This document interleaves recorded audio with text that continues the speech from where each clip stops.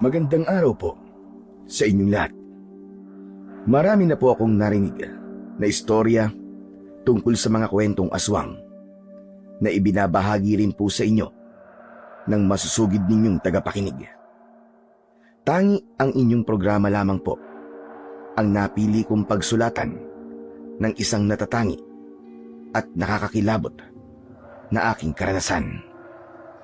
Sa nangyari po sa baryo ng Santa Fe. Naganap po iyon taong 1970, kung saan ay lumipat kami sa baryo ng matandang babae na nagbenta sa amin ng lupa. At dahil ex-convict po ako, walang gustong tumanggap sa akin. Pamilya ko at ang pamilya ng asawa ko, lahat sila ayaw sa akin. Sapagkat nakapatay na raw po ako ng tao at galing sa kulungan. Hindi ko na lamang po babanggitin kung sino ang aking napatay, bilang respeto na rin po sa pamilyang naargabyado ko. Ganun naman po siguro kapag nahatulan ng guilty sa isang kasalanan. Magbabago rin ang pagtingin ng mga tao sa iyo at aalisan ka ng karapatan para makapagbago. Ang masakit, kahit po sa trabaho ay wala ring gustong tumanggap sa akin. Kaya pagsasaka po ang napili kong hanap buhay sa lugar na aming nilipatan. Ngunit ang katahimikan na hinahangad namin na mag-asawa ay kalbaryo pala ang aming mapupuntahan. Bago ko po simulan ang aking kwento, ay gusto ko pong sabihin sa inyo na ang ilang bahagi ng lugar at pangalan ng tao ay sinadya ko pong baguhin upang bigyan ng kaligtasan ang mga taong nakatira roon. Kilalanin niyo na po lamang ako sa pangalang Marco. At ito ang aking kwento. Mahal, pasensya ka na kung sa Paragos lang tayo ng kalabaw sumakay. Wala raw kasing tricycle ang pumapasok sa baryo ni Lola Esther eh. Sus, ano ka ba naman? Pati ba naman to? Ihingi mo ba sa akin ng pasensya? Okay lang ako. Masaya nga eh. Ngayon lang kasi ako nakasakay ng ganitong klaseng sasakyan. Ay nako, ang asawa ko. Kaya minahal kita ng sobre dahil sa pagiging maunawain mo sa akin. Hayaan mo, kapag nakaraos tayo, bibili tayo ng motor na kapag gusto nating pumunta sa bayan. Binola mo pa ako. Totoo naman kasing sinasabi ko sa iyo eh. Masaya ako sa bagong yugto ng buhay natin. Isa pa, huwag tayong mangangarap ng sobra mahal. Yun lang kaya natin. Mahal, hindi ka ba nagsisisi? Nagsisisi saan? Na sumama ka sa akin kahit nakulong ako. Ay nako, magdadrama ka na naman ba? Alam mo mahal, nang makilala kita sa kulungan, alam ko na mabuti kang tao. Saka kahit kailan, hindi ko pinagsisisihan na sumama ako sa iyo. At ikaw ang pinili kong maging asawa. Hindi naman lahat ng nakukulong ay masama, di ba? Tsaka hindi ba, kaya ka naman nakulong ay dahil ipinagtanggol mo lang naman ang kapatid mo. Hindi ko lang talaga maiwasan ang hindi malungkot, mahal. Talaga bang gusto mong tumira sa lugar na to? Marco, bakit ba pala yan tanong mo sa akin? Kanina ka pa hindi mapakali ah. Ikaw yata ang ayaw sa lugar na to eh. Eh kasi naman, mahal. Tignan mo ang palayan, oh. Tigang, tuyo, at walang buhay ang bawat paligid. Walang bahay na makikita. Parang nakakapanibago ang paligid, mahal. Malayong malayo sa itsura ng syudad. Sa una lang yan. Ayaw mo ba nun? Kapag nagsimula na tayo magtanim ng palay sa bukid, tayo lang ang magkakaroon ng bagong ani na palay. Di ba nakita mo naman? Wala sa kanila nagtatanim ng palay, kahit ng mga gulay. Pumapabor pa nga sa atin ang pagkakataon. Sana nga, mahal ko.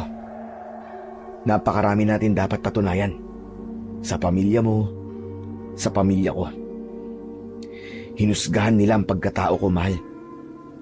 Hayaan mo na. Ang mahalaga, hindi kita hinusgahan at hindi ka masamang tao para sa akin. Ay nako, ngayon ka ba panghihinaan ng loob? Kasama mo na ako? Magiging tatay ka na, mahal. O ayan, sumisipa na naman ang anak natin, no? Narinig yata yung sinasabi mo. Ang lahat ng pagod at pag-aalala ko ng mga sandaling yon ay nawala, Sir Blair. Lalo na nang maramdaman ko ang paggalaw ng tiyan ng asawa kong si Amelia. Wala nang sasaya pa sa puso ng isang ama kapag naramdaman ang pintig ng puso ng kanyang anak sa sinapupunan ng asawa. Yun ang karanasan na tuluyang nagpabago sa aking pananaw sa buhay. Muli naming itinuon ang paningin sa daan. Nang mga oras na yon ay tanghaling tapat na. Mataas ang sikat ng araw, pero hindi namin yon pansin dahil abala kami sa pagtingin sa paligid na nadadaanan namin. Nakaupo kasi kami ni Amelia sa hulihan ng paragos, kaya malaya naming nakikita ang paligid ng lugar. Sino ba naman ang mag-aakala na sa edad kong 35 taon ay magiging tatay ako? Akala ko nun tatanda na ako ng binata Sus, bakit ikaw lang ba? Ako rin naman 28 taong gulang na ako. Bago binayayaan ng anak. Pero pakiramdam ko, Daisy pa rin ako. Ha? Anong Daisy? Daisy 8. Hindi ko napigilan ang hindi matawa sa biro na yon ni Amelia. Akala ko talaga niloko niya ako sa edad, kaya nahalikan ko siya sa kanyang kamay. At sa pagtungo ko, biglang gumewang ang gulong ng paragos.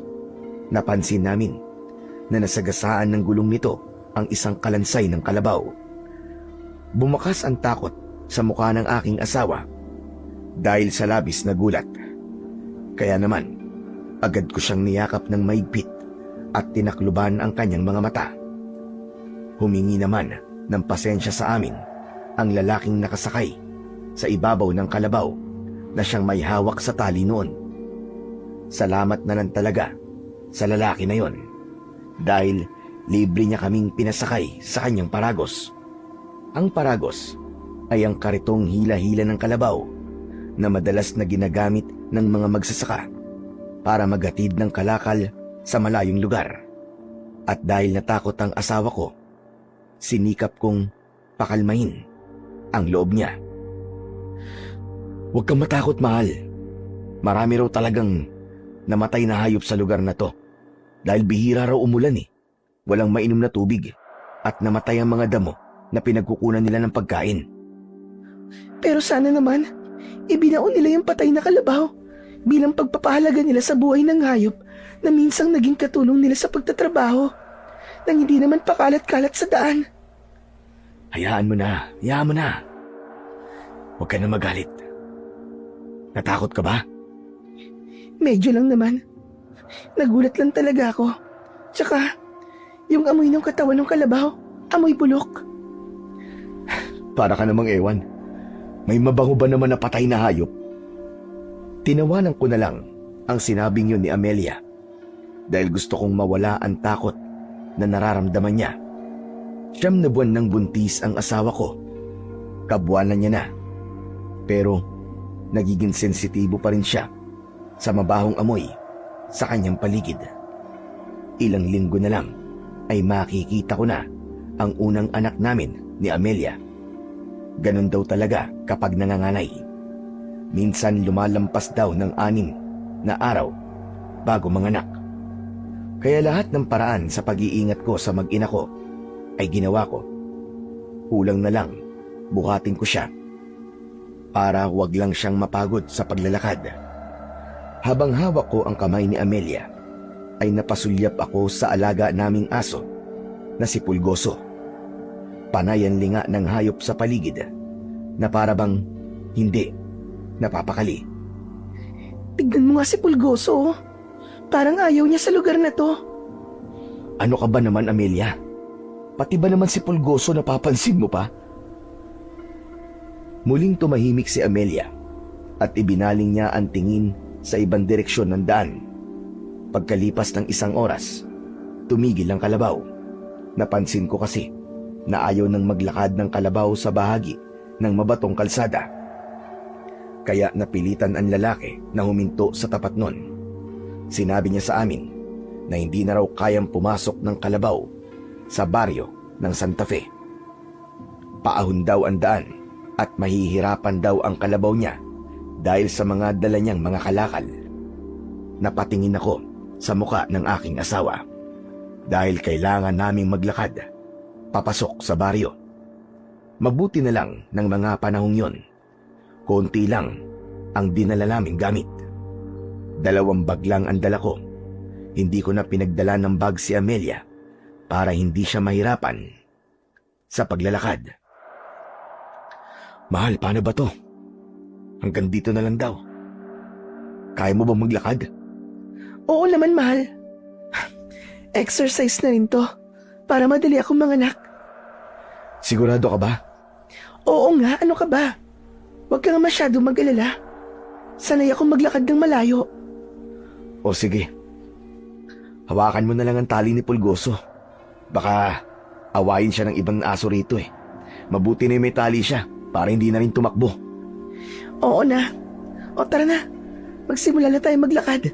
Baka mamaya abutan pa tayo ng pagdilim sa daan. Ipinagpatuloy na namin ang paglalakad. Tumawid kami sa pilapil ng palayan hanggang sa pag-akyat sa burol. Ngunit pagdating namin sa kabilang burol, tumambad sa aming paningin ang tigang na palayan. Sunog na mga kahoy at walang tubig na ilog. Para kaming nasa ibang planeta ng mga sandaling yon. Naramdaman ko para bang nagulat din si Amelia. Kaya kahit hirap ako sa pagdadala ng bag, ay nagawa ko pa rin siyang hawakan sa kamay. Napansin ko rin si Pulgoso na para bang may kinakatakutan. Umuungol ito na para bang umiiyak. Nang magtama ang aming paningin ng aking asawa, nakita ko rin ang pag-aalala sa mukha niya. Marco, kanina pa tayo naglalakad pero wala pa rin tayong nakikitang bahay. Sigurado ka ba, mahal, na wala ka nakalimutan na sinabi ni Lola Esther? Wala naman siyang ibang sinabi. Maliit lang daw ang Santa Fe, kaya hindi raw tayo maliligaw. Sinunod naman natin kung ano ang mga sinabi niya. Kaya huwag ka mag-alala. Ituloy na lang natin ang paglalakad.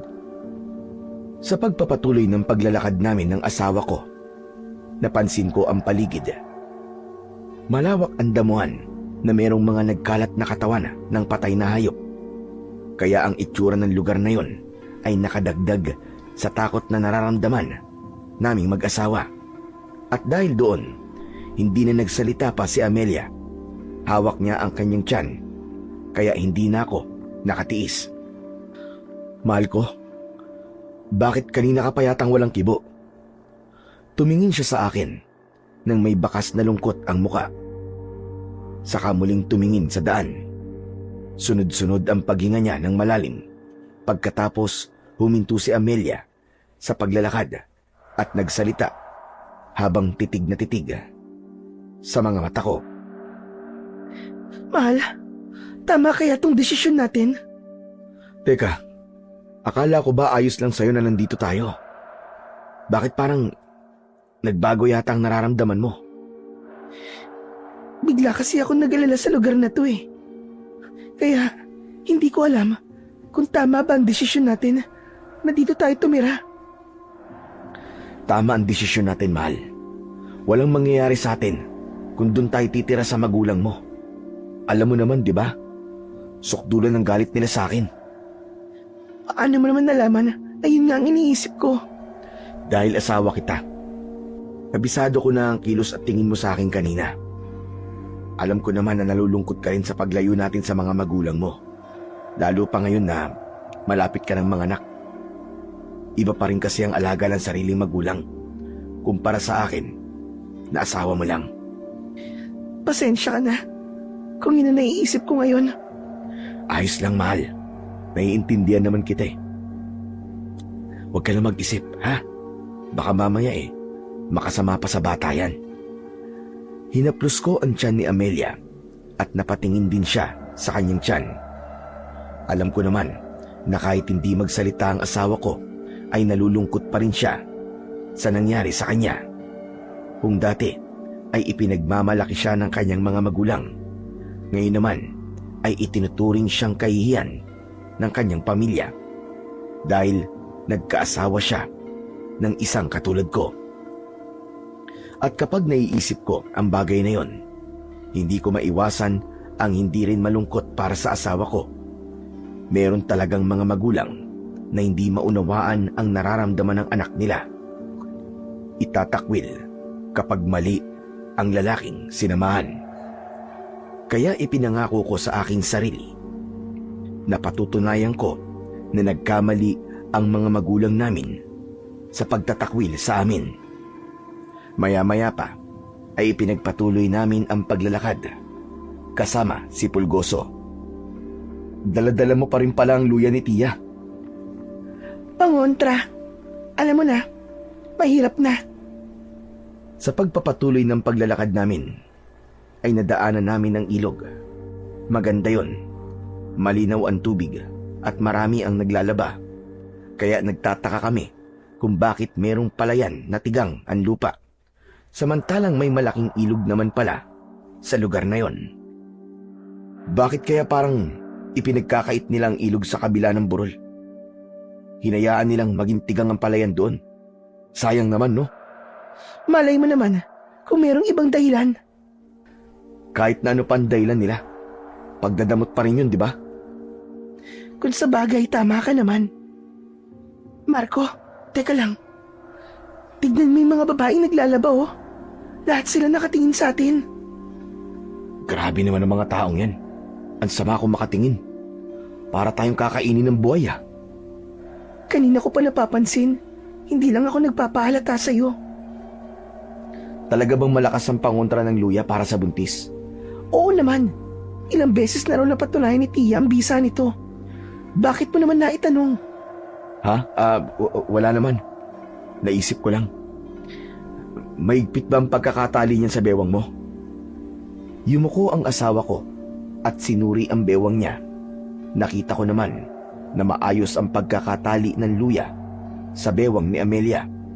Hindi ko alam kung bakit bigla akong naging balisa ng mga sandaling yon. Ganito yata talaga ang pakiramdam kapag napunta sa ibang lugar. Idagdag pa ang panay pag-atras ni Pulgoso habang nababahag ang buntot na tila ba may kinatatakutan. Humawa ka mabuti sa braso ko, ha? Baka mamaya madulas ka sa mga bato. Naramdaman ko sa aking braso ang nanlalamig na kamay ni Amelia. Kaya alam ko na sa mga sandaling yon ay kinakabahan din siya.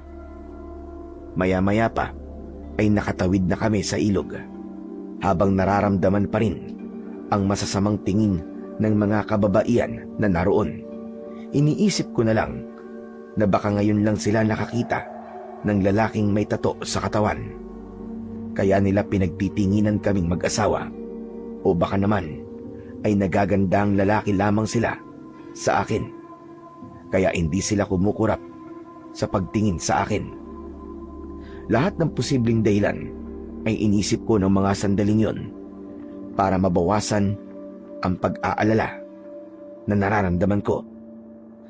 Mahal, mukhang madulas ang daan sa pilapil ng palayan. Ligtas ba kung tutuloy tayo dyan? Oo, akong bahala sa'yo. Parang nararamdaman ko na ang pagod, mahal. Kanina pa tayo naglalakad Sumasakit na rin pati tiyan ko.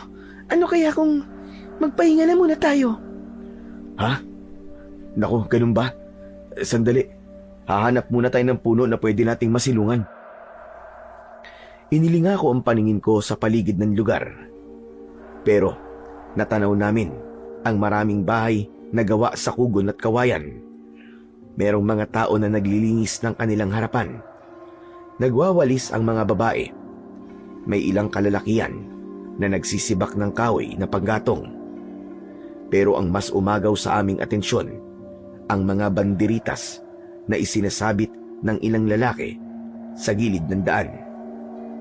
Teka mahal, kaya pa ba? Konting tiis pa.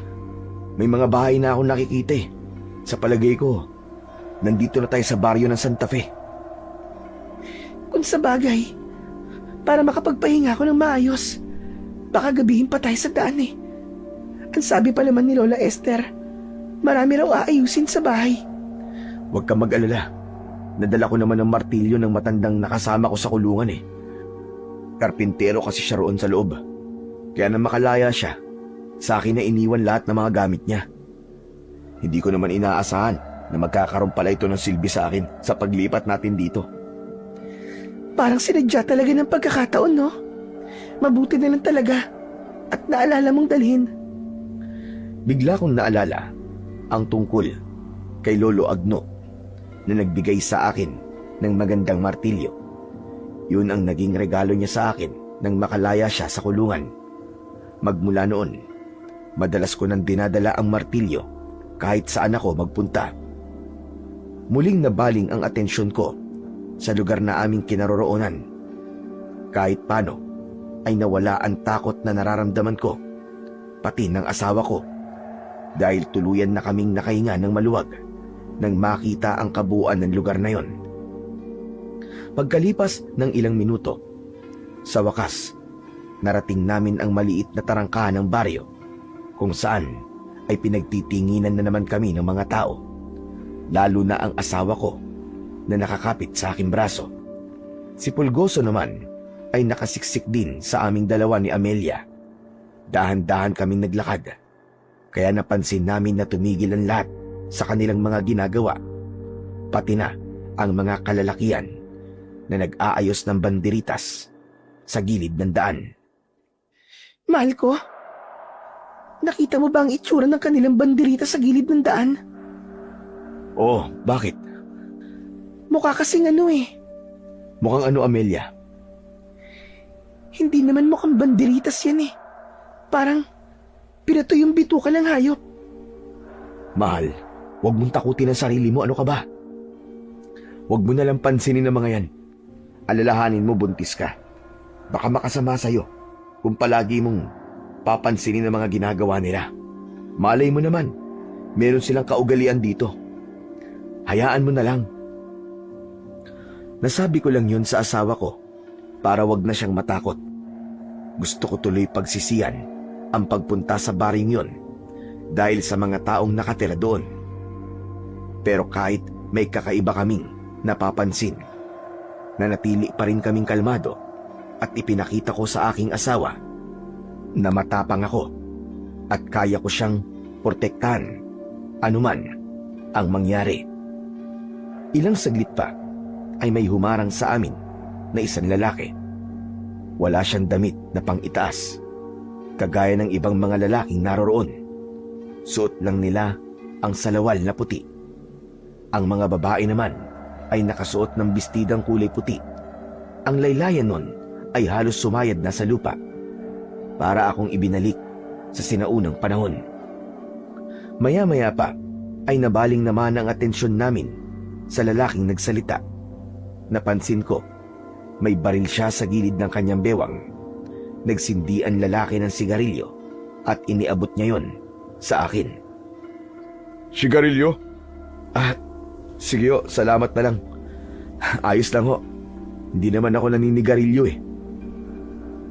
Saan kayo galing? Batangas ho. Bakit kayo nandito?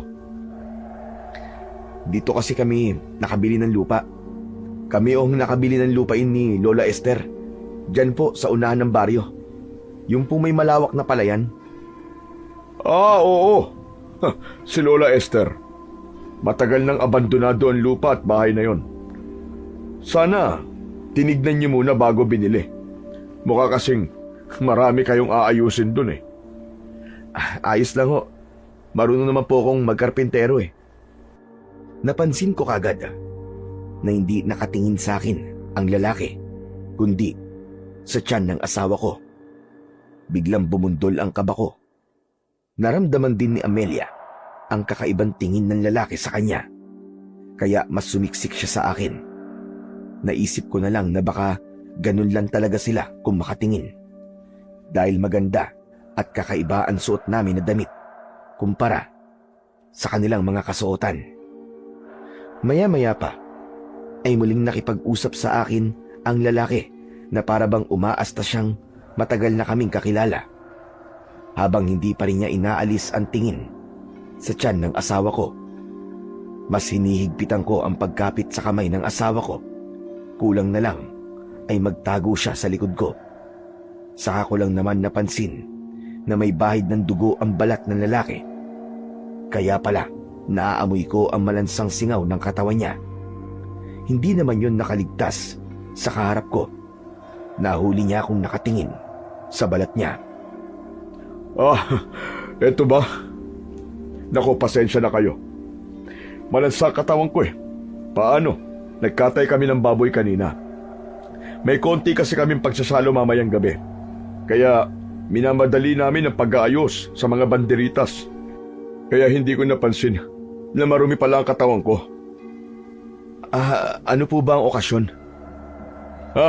Konting salo-salo lang ng pamilya. Halos lahat kaming nakatira rito magkakamag-anak. Walang iba rito, maliban sa inyong mag-asawa.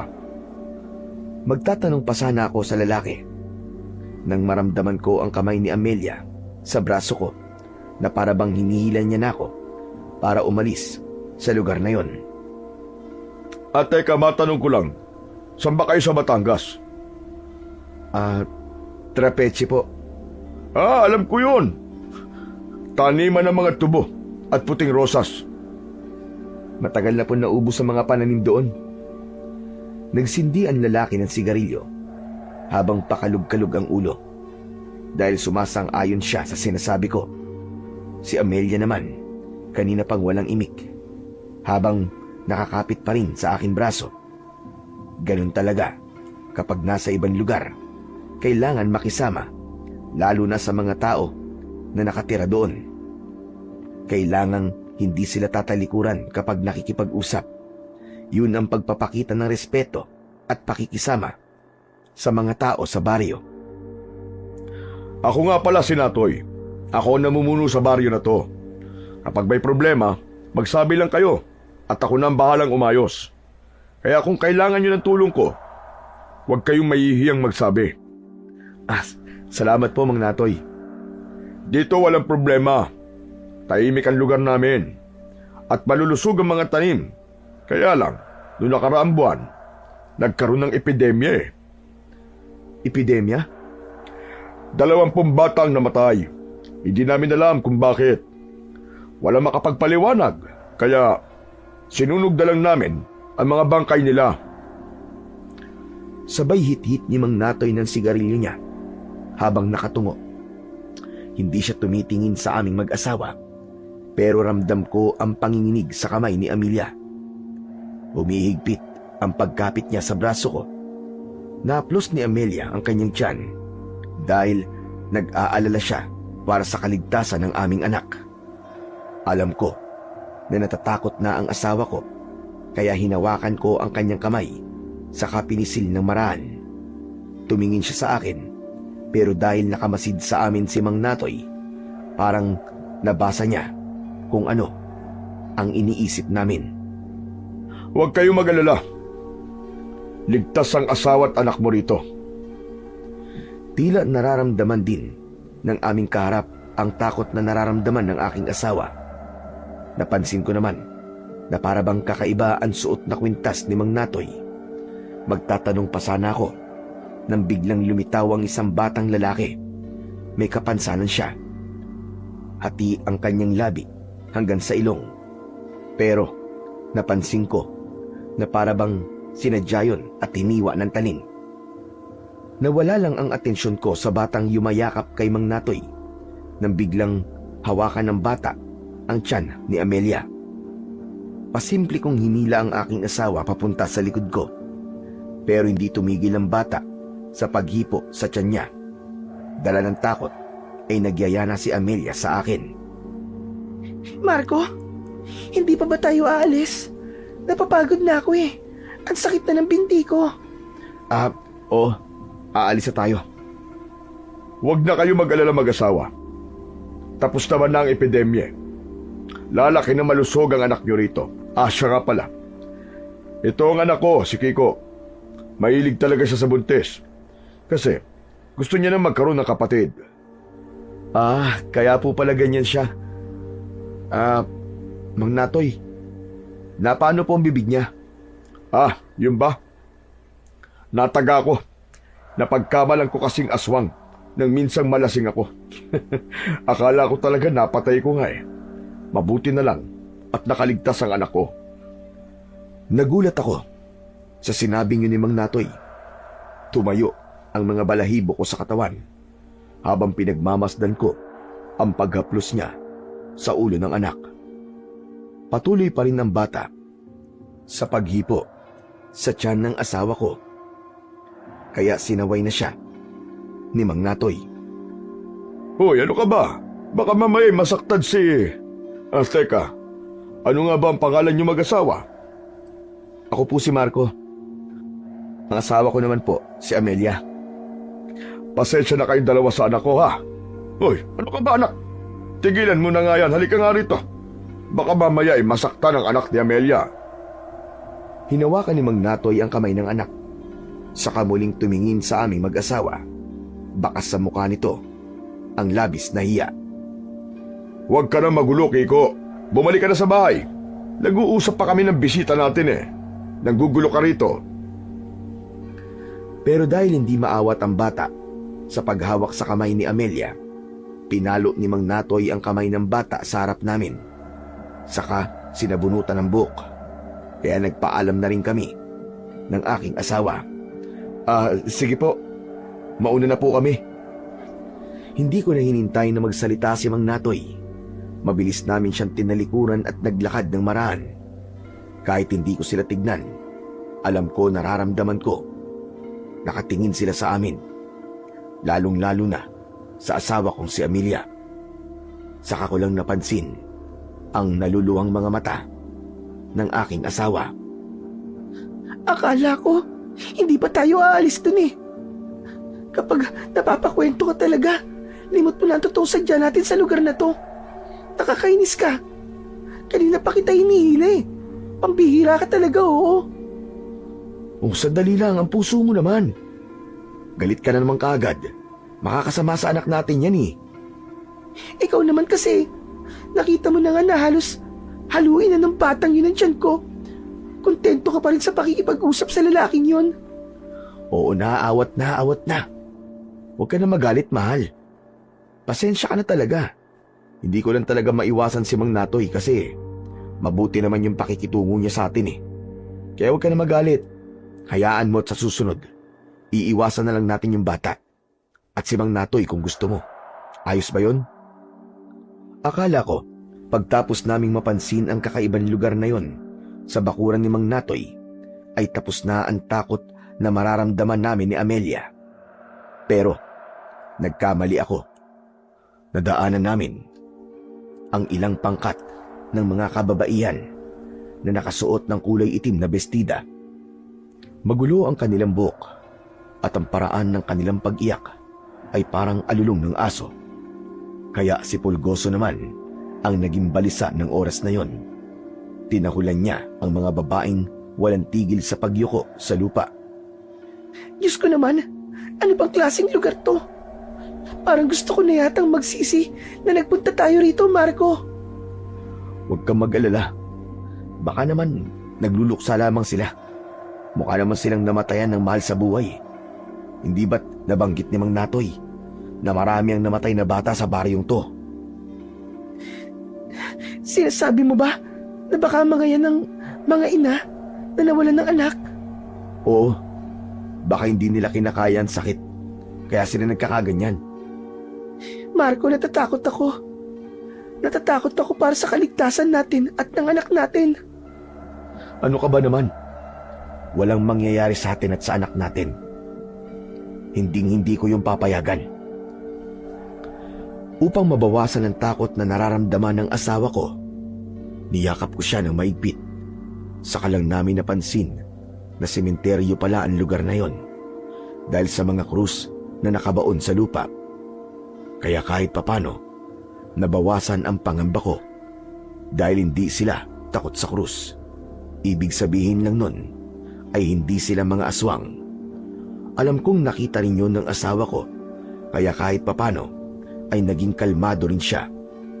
Ipinagpatuloy namin ang paglalakad at hindi nagtagal ay bumungad sa amin ang isang lumang bahay na may mga puno sa palibot. Ibinaba ko ang dala kong mga bag, saka humarap sa aking asawa. Dito na tayo titira, Amelia. O ano? Maganda naman ang bahay, di ba? Maganda nga, pero kakaiba naman ang lugar. O akala ko ba gusto mo rito? Hindi na ngayon, Marco. Pagkatapos ko makita ang mga taong nakatira rito, gusto ko ng pagsisiyan ng pagsama sa iyo rito. Ano ka ba naman, Amelia? Akala ko ba nagkasundo na tayo? Yun din ang akala ko eh. Huwag mo na munang husgahan ng lugar na to. Subukan na muna nating kahit 2 araw lang. Kapag hindi talaga pwede, abay di, babalik na tayo ng Batangas. Isang malalim na buntong hininga ang itinugon lang sa akin ni Amelia. Hindi niya ako kinausap. Basta siyang pumasok sa loob ng bahay at nag-ayos ng mga gamit. Hinayaan ko na lang siya dahil hanggat maaari, ayaw ko nang may pinagtatalunan kaming mag-asawa para hindi na lumaki ang gulo. Hinayaan ko muna siya na mag-isa. Ako naman ay naghanda ng mga kakailanganin sa pagpapanday ng sira sa bahay. Pagkatapos kong ayusin ang gamit, ay umakyat na ako sa bubong. Inayos ko na rin ang bubong. Pagkatapos ay isinunod ko naman ang mga sirang dingding. Sinigurado ko na maganda ang pagkakagawa ko nun at natutunan ko rin naman yon kay Lolo Agno. Kahit hindi ko nakikita si Amelia, alam ko na hawak niya ngayon ng santo na may tinik sa ulo o ribulto ng Panginoon. Katoliko po kasi kami at yun ang aming paniniwala. Ako naman po, simula nang makulong, alam ko na nagkulang na rin po ako sa pananampalataya sa Panginoon. Hindi na po ako madalas na tumatawag sa Kanya o manalangin man lang kahit ilang saglit lang. Katwiran ko ng mga sandaling yon. Basta alam ko na may Diyos ay sapat na yon. Nang matapos ako sa pagkakarpintero, ay muli ko yung pinagmasdan. Ayos na to. Pwede na akong pumasok sa loob. Paglinga ko sa paligid, ay napansin ko ang asong si Pulgoso. Panay ang pagtahol niya sa harap ng kakauyan na malapit sa aming bahay. Para bang may nakikita ito na hindi nakikita ng ordinaryong tao. Nilapitan ko ang alaga kong hayop, sakay nawakan ng kanyang likod.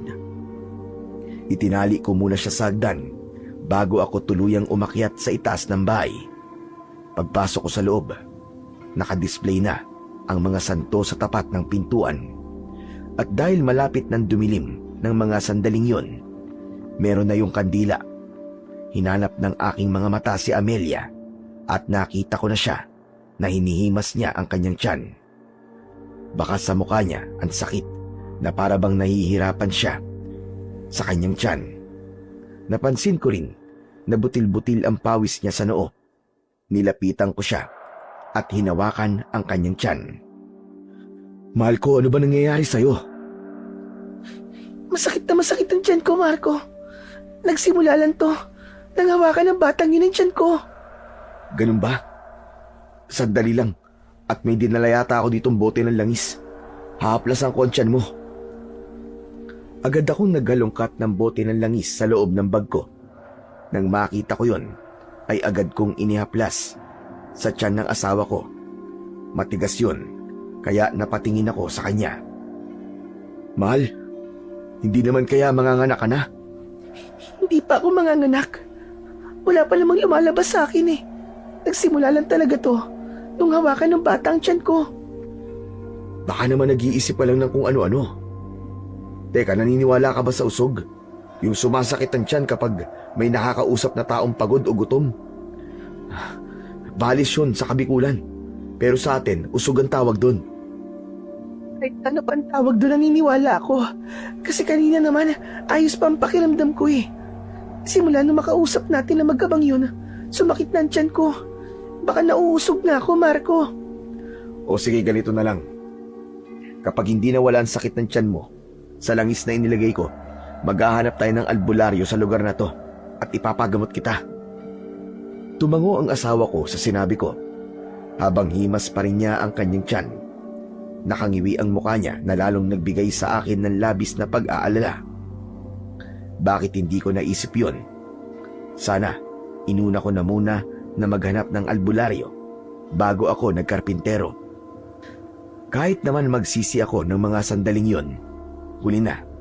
Nangyari na yon sa asawa ko. Pagsapit ng gabi, hindi pa rin humihiga sa katre si Amelia. Kaya bumangon na rin ako. Mahal, kumusta na pakiramdam mo? Masakit pa ba tiyan mo? Oo eh, ayaw talagang mawala. Ang sakit talaga, Marco. Sige na, maganda ka na. Maghahanap tayo ng albularyo. Magtatanong-tanong ako sa mga tao rito. Baka may alam silang manggagamot. Pero Marco, gabi na eh. Kesa naman magtiis ka dyan buong magdamag. Baka kung ano na yan eh. Inalalayan kong tumayo si Amelia at binihisan ko siya ng damit. Saka pinag-jacket ko na rin. Dinala ko ang lumang gasera at itak na madalas kong ginagamit. Itinago ko yun sa aking likod. Isinuksok ko sa aking bewang at tinakluban ng damit. Pagkatapos nun, ay lumabas na kami ng bahay. Habang naglalakad naman kami, ay narinig namin na parang nagkakasiyan sa loob ng bahay na nadaanan namin kanina. Maririnig din ang tunog ng gitara at kulintang.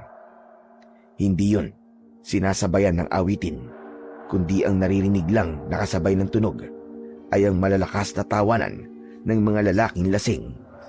Para bang yun ang nagsisilbing awit para sa instrumento nila. Humigpit naman ang kapit ng kamay ng aking asawa sa braso ko.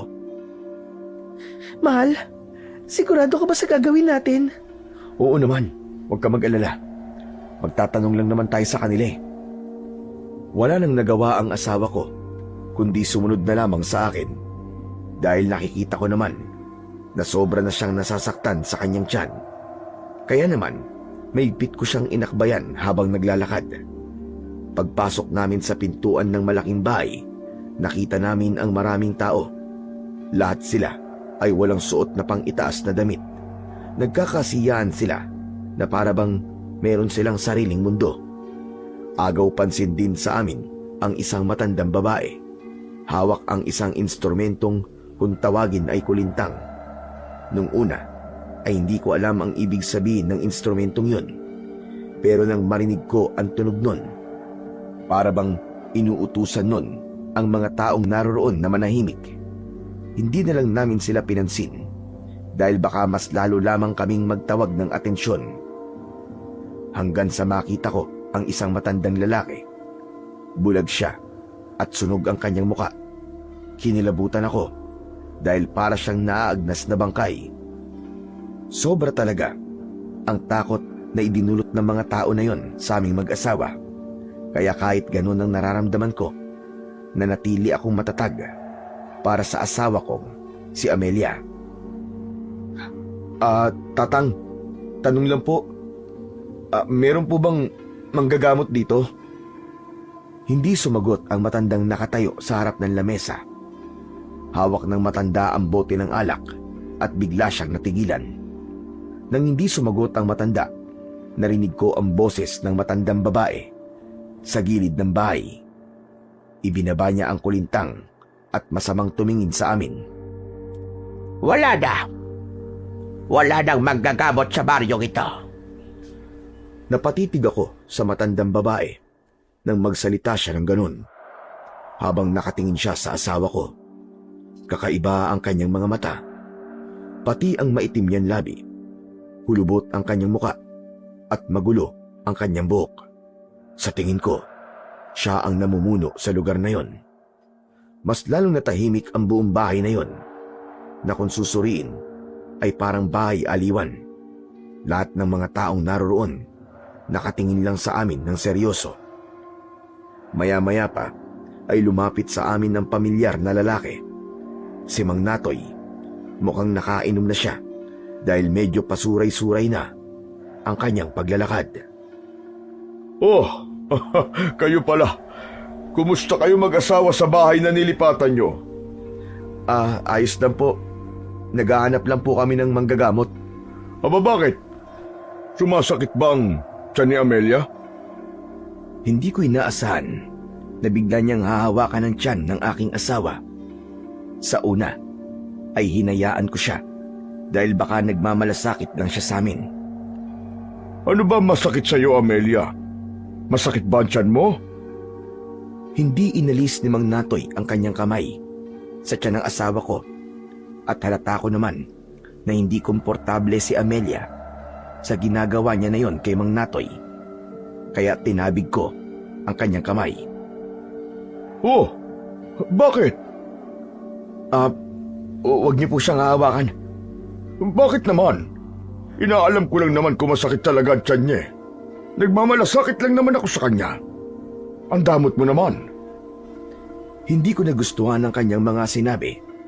Kaya nang muli niyang hahawakan ng tiyan ng aking asawa, malakas ko nang tinabig ang kanyang kamay. Nagsipagtayuan din ang mga kamag-anak niyang naroroon, habang ang matandang babae ay nakatingin sa amin at nanatiling nakaupo sa bangko. Ang matandang lalaki naman, na may sunog ang muka at bulag, ay lumapit sa may pintuan. Nagkatinginan kami ni Mang Natoy habang hawak ko pa rin ang kanyang kamay. Ano? Hindi mo ba bibitiwan ang kamay ko? Dahil hindi ko binitiwan ang kamay ni Mang Natoy, malakas niyang hinila ang kamay niya mula sa pagkakahawak ko at agad niya akong sinuntok sa aking muka. Kasunod nun, sinakal niya ako. Naramdaman ko ang magaspang niyang mga kamay. Bumaon ang kuko niya sa leeg ko. Dahil dun, natakot ng gusto si Amelia. Marco! Mang Natoy, ano ba? Bitiwan niyo po ang asawa ko! Pero hindi pinakinggan ni Mang Natoy si Amelia. Naramdaman ko na lang ng mga sandaling yon. Umangat ang paa ko sa sahig. Kaya mas lalong lumakas ang sigaw ng asawa ko. Kaya naman, tinabig ko ang kamay niya at malakas ko siyang sinuntok sa panga. Nabaling ang mukha niya sa kanan. Dahil sa nangyari, nagsilapitan sa amin ang mga kamag-anak ni Mang Natoy. Kaya naman, nakaganti ng suntok sa akin ang lalaki. Sa pagkakataong yon, muli niya akong sinakal sa leeg at iniuntog niya ako sa dingding. Kakaiba ang lakas niya dahil nagawa niya akong maiangat gamit ang isang kamay lang niya. Ikaw na nga tinutulungan. Ang yabang mo pa! Marco! Marco! Dayo lang kayo dito ah. Kung makaasta ka, kala mo, may ibubuga ka. Ika! Tama na yan! Pauwiin niyo na sila! Bigla kong naramdaman ang pagluwag ng kamay ni Mang Natoy sa aking leeg. Kasunod ng pagsalita ng matandang babae. Umuwi na kayo. Buntis siya. Hindi siya dapat natatakot. Habang nagsasalita ang matandang babae, nakatingin siya sa tiyan ng aking asawa. Saka lang ako tuluyang pinakawalan ni Mang Natoy. Para bang batas sa lugar na yon ang utos ng matandang babae. At si Mang Natoy naman, ang matapang na tauhan ng matanda. Pero ang matandang lalaki kanina na pumigil kay Mang Natoy, sa kanya ako naiwagaan. Hindi siya katulad ng mga taong naroroon. Iniligtas niya ako sa kamay ni Mang Natoy.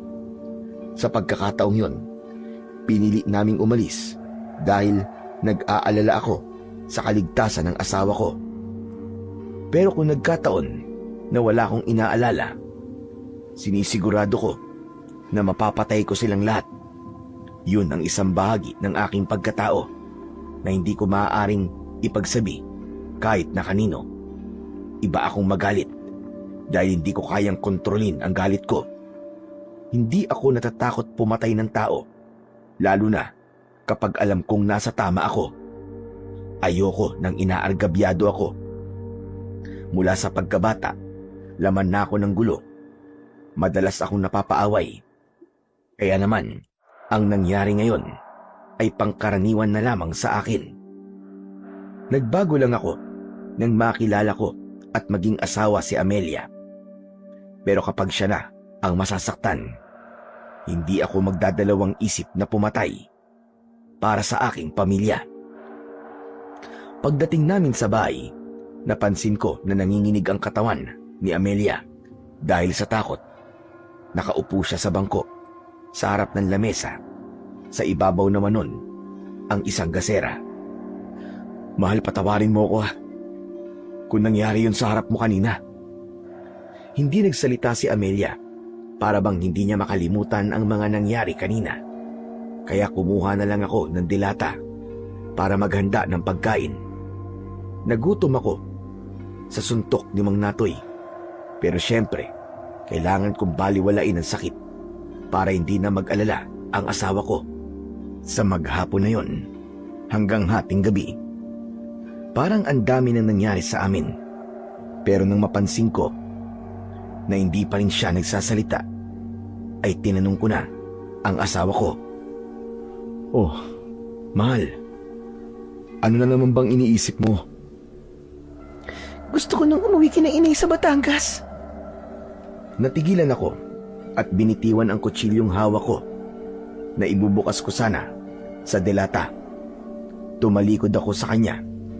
Bigla akong nakaramdam ng sakit dahil sa sinabing yon ng asawa ko. Hindi tayo babalik sa Batangas at walang aalis. Hindi tayo aalis dito. Tumayo si Amelia at lumapit siya sa akin. Naramdaman ko ang malamig niyang kamay sa aking braso habang nakatalikod pa rin ako sa kanya. Marco, ano ka ba? Bulag ka ba? O naglalakas-lakasan ka lang ng loob? Alam mong hindi ko ugali ang umatras, umatakot sa ibang tao. Alam mo yan, Amelia? Hindi ka ba nag-aalala? Hindi mo ba talaga nakikita kung anong klaseng lugar to? O binabaliwala mo lang ang nangyari sa'yo kanina? Hindi tayo aalis. Walang uuwi, tapos. Tamang sinabi ni tatay. Matigas ang loob mo. Kahit kailan. Hindi ka talaga magbabago. Humarap ako sa aking asawa dahil nasaktan ako sa sinabi niya. Alam mo, nagbago ako para sa'yo, Amelia. At kahit kailan, huwag mo akong sisisihin na para bang ako lang ang may kasalanan. Isa pa, kung aalis tayo sa lugar na to, saan tayo titira? Walang tumatanggap sa akin Kaya saan tayo pupunta? Kahit saan. Basta't wag lang dito. Sige nga, kung hindi tayo aalis dito, ipaliwanag mo kung paano tayo mabubuhay sa ganitong klaseng lugar. Wala akong dapat ipaliwanag sa'yo, Amelia. Sumama ka sa akin dahil gusto mo. Tapos ngayon iiwas ka. Bigla kang magyayaya para umalis dito. Dahil natatakot ako rito, Marco.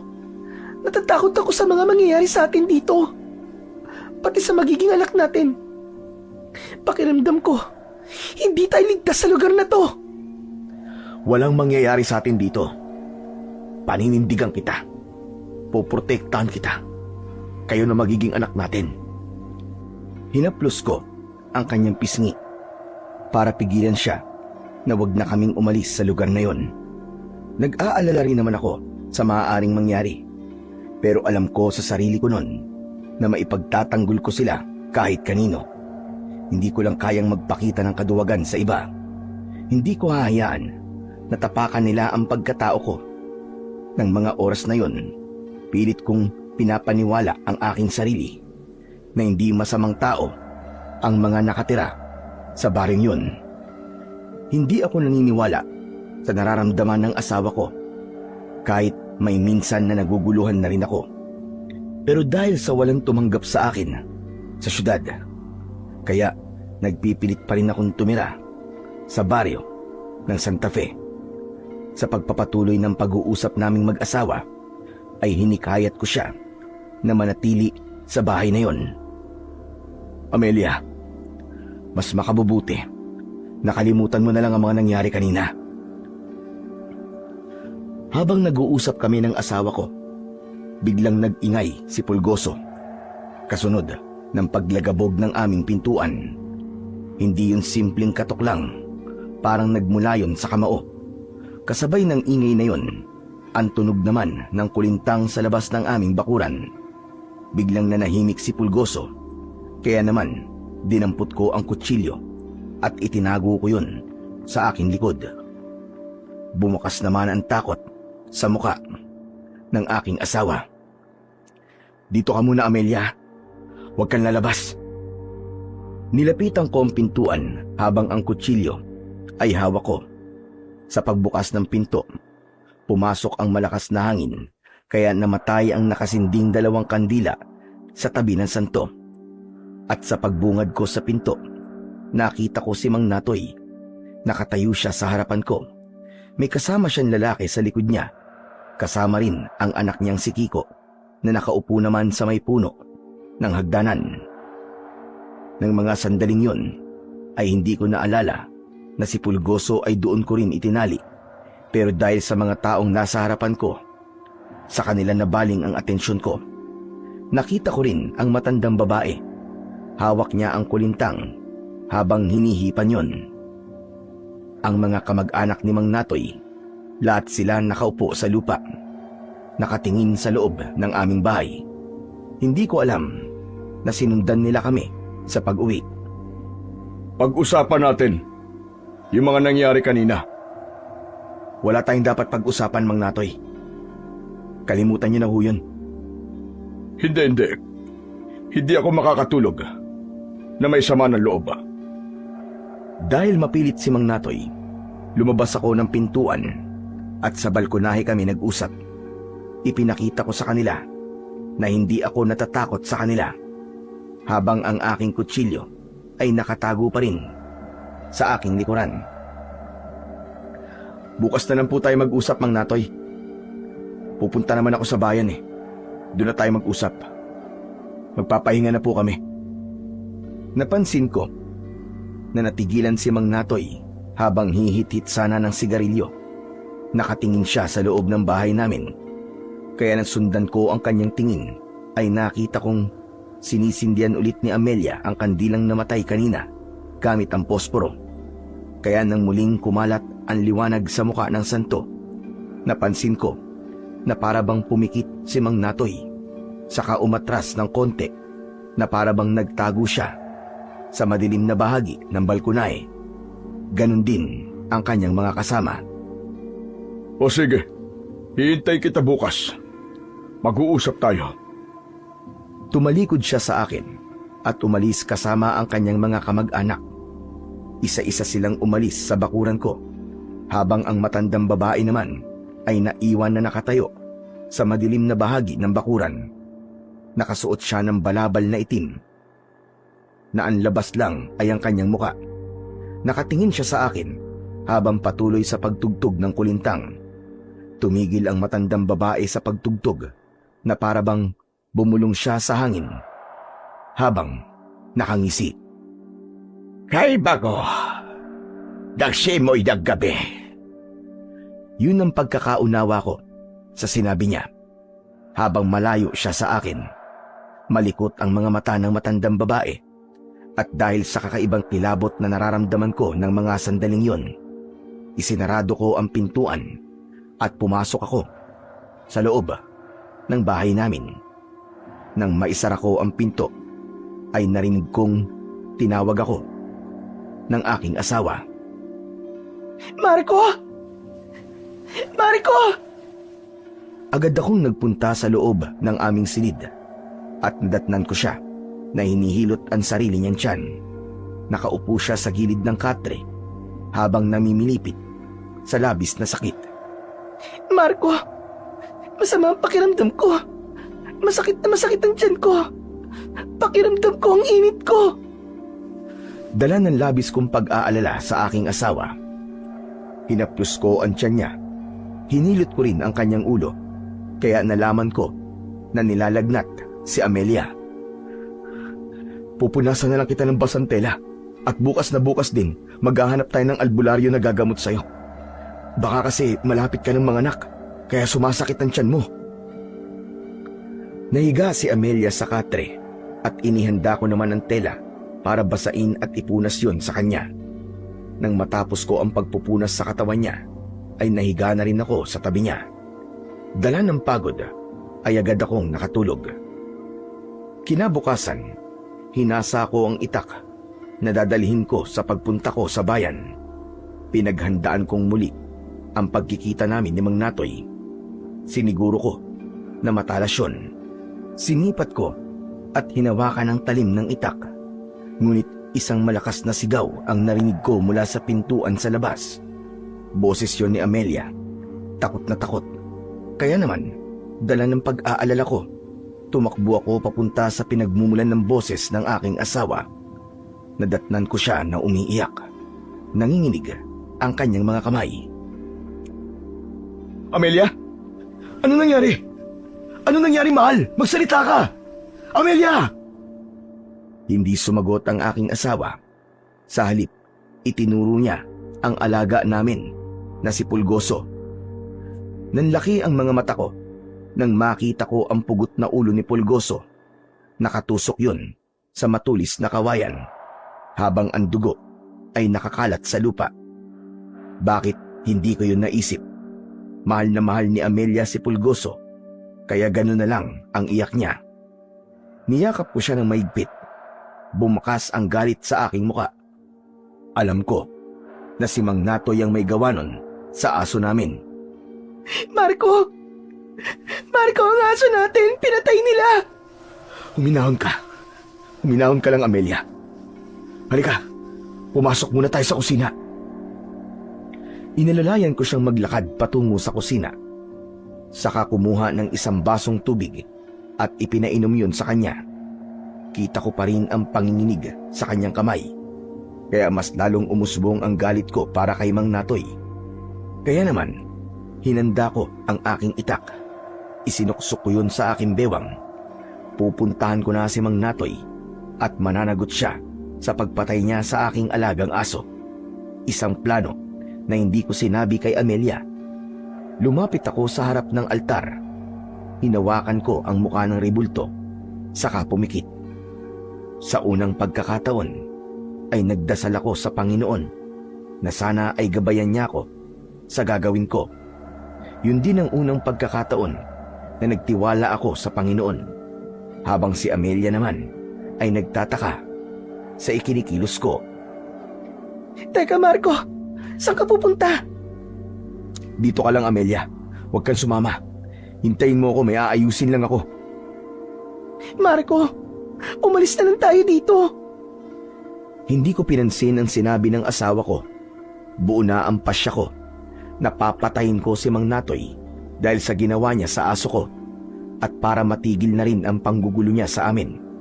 Habang nakatingin ako sa aking asawa, biglang napako ang paningin ko sa martilyo na nakapatong sa ibabaw ng lamesa. Hindi ko alam na parabang nakita ko na kumislap yun.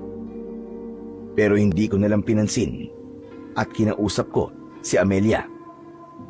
Mahal, babalik ako. Huwag kang mag-alala. Mabilis lang ako ron.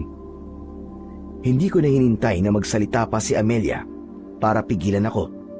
Agad na akong umalis sa bahay at iniwanan ng aking asawa. Pagkalipas ng ilang minuto na paglalakad, nakarating ako sa bahay, aliwan. Nakatayo ako sa harap ng bahay. Napansin ko na tahimik ang paligid sa mga oras na yon. Para bang walang tao. Pero dahil galit na galit ako, mabilis akong pumasok sa loob ng bahay. Nakita ko ang bulag na matandang lalaki. Nagulat ito sa biglang pagpasok ko habang pinakikinggan ang kilos ko sa loob. Nasaan si Mang Natoy? Hindi kaagad nakapagsalita ang matandang lalaki, kaya inulit ko ang pagtatanong sa kanya. Habang papalapit ako sa kanyang kinatatayuan, hindi ko rin inaalis ang paningin ko sa kanya. Saan ko makikita si Mang Natoy? Huwag ka nang maghanap ng gulo. Nasaan si Mang Natoy? Hindi ako sinagot ng matanda. habang pilit siyang lumilinga sa paligid na para bang balisa. Halata ang takot sa kilos ng matanda. Halos pabulong ang pagsasalita niya na para bang iniingatan nito na merong makarinig sa pinag-uusapan namin. Umalis na kayo ng asawa mo rito. Hindi mo ba alam na ang lahat ng mga taong nakatira rito ay mga aswang? Walang aswang-aswang sa akin. At walang aswang sa lugar na to. Kaya mabuti pa, ituro niyo sa akin kung nasan si Mang Natoy. Aswang sila. Aswang na tiktik na pumapatay sa mga babaeng buntis. Kaya hinaan mo ang boses mo, Marco. Naririnig nila tayo. Huwag niyo akong lukuhin, ha? Hindi mo ba naririnig ang mga ingay na yan?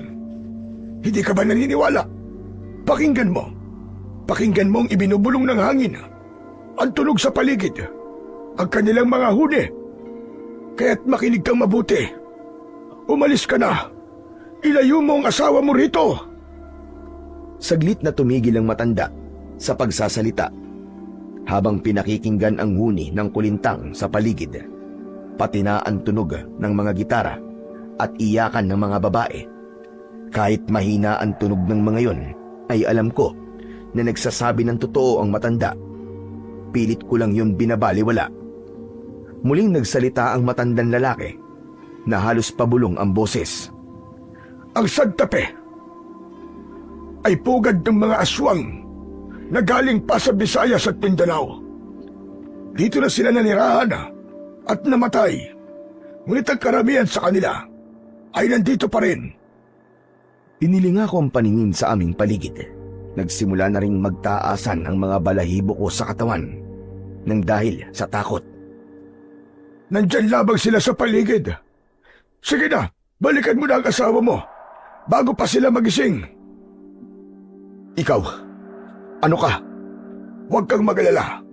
Tao ako. Hinihintay ko lang ang oras ko dito dahil wala na rin akong pupuntahan. Sige na. Sandali. Hindi mo ba talaga ako nakikilala, Marco? Nang magtanong ang matandang lalaki, biglang bumundol ang kaba ko sa aking dibdib. Pamilyar sa akin ang kanyang boses, kahit may sunog ang kanyang muka at bulag ang kanyang mga mata. Alam ko na si Lolo Agno ang nakikita ko.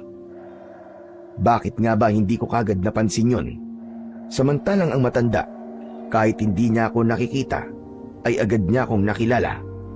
Napuno ng katanungan ang isip ko ng mga sandaling yon. Hindi ko alam na dito pa kami magtatagpo sa baryo ng Santa Fe. Teka, Lolo Agno? Lolo Agno, ikaw ba talaga yan? Oo, ako nga ito, Marco. Kagabi pa kita nakilala dahil kilalang kilala ko ang boses mo. Hindi lang ako nakipag-usap sa iyo dahil ayokong malaman nila na magkakilala tayo. Isa pa, nasa harapan natin ang matandang aswang na si Lukreng. Siya ang matandang babae na mahilig magpatugtog ng kulintang. Diyos ko po, Lolo Agno, ano po nangyari sa mukha niyo at sa mga mata niyo? Sinunog nila ako nang malaman nila na binulag ko ang sarili ko. Hindi sila kumakain ng tao na merong kapansanan. Kaya yun lang talaga ang taging naisip kong paraan para ako ay mabuhay. Kaya nanatili akong buhay sa lugar na ito. Kaya nagtataka ako kung bakit kayo nandito ng asawa mo. Dito po kami nakabili ng lupa. Binili po namin ng lupa ni Lola Esther. Mula po sa naipon ko nung nasa kulungan pa tayo.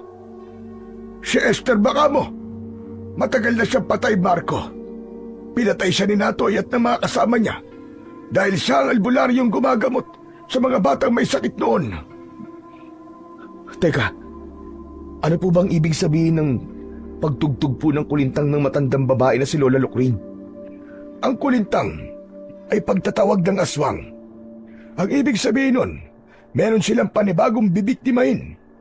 Sila rin ang pumatay sa 20 kabataan na namatay sa lugar na ito.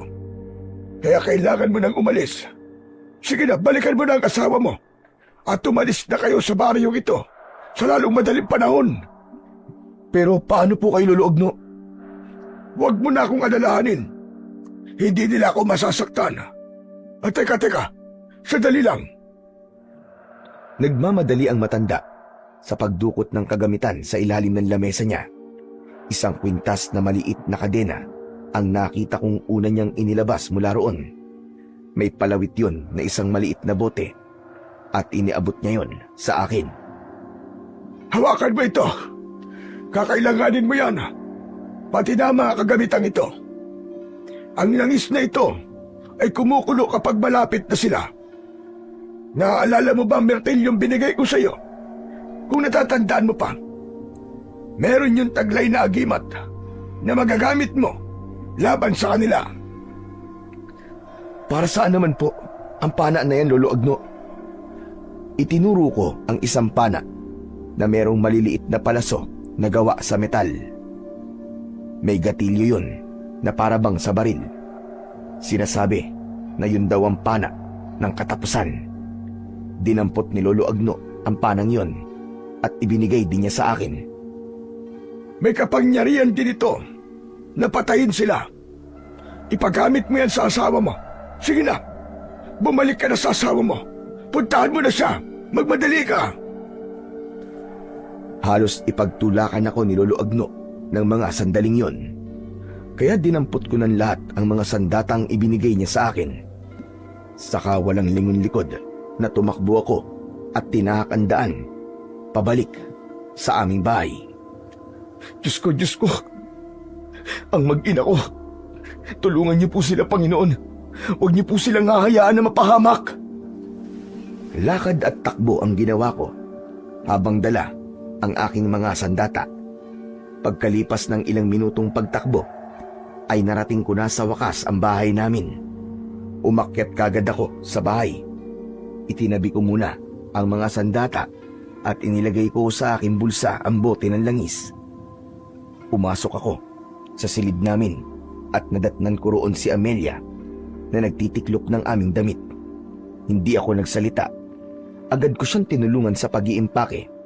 Nagtataka naman ang aking asawa sa pagmamadali sa kilos ko. Teka, ano ba nangyayari?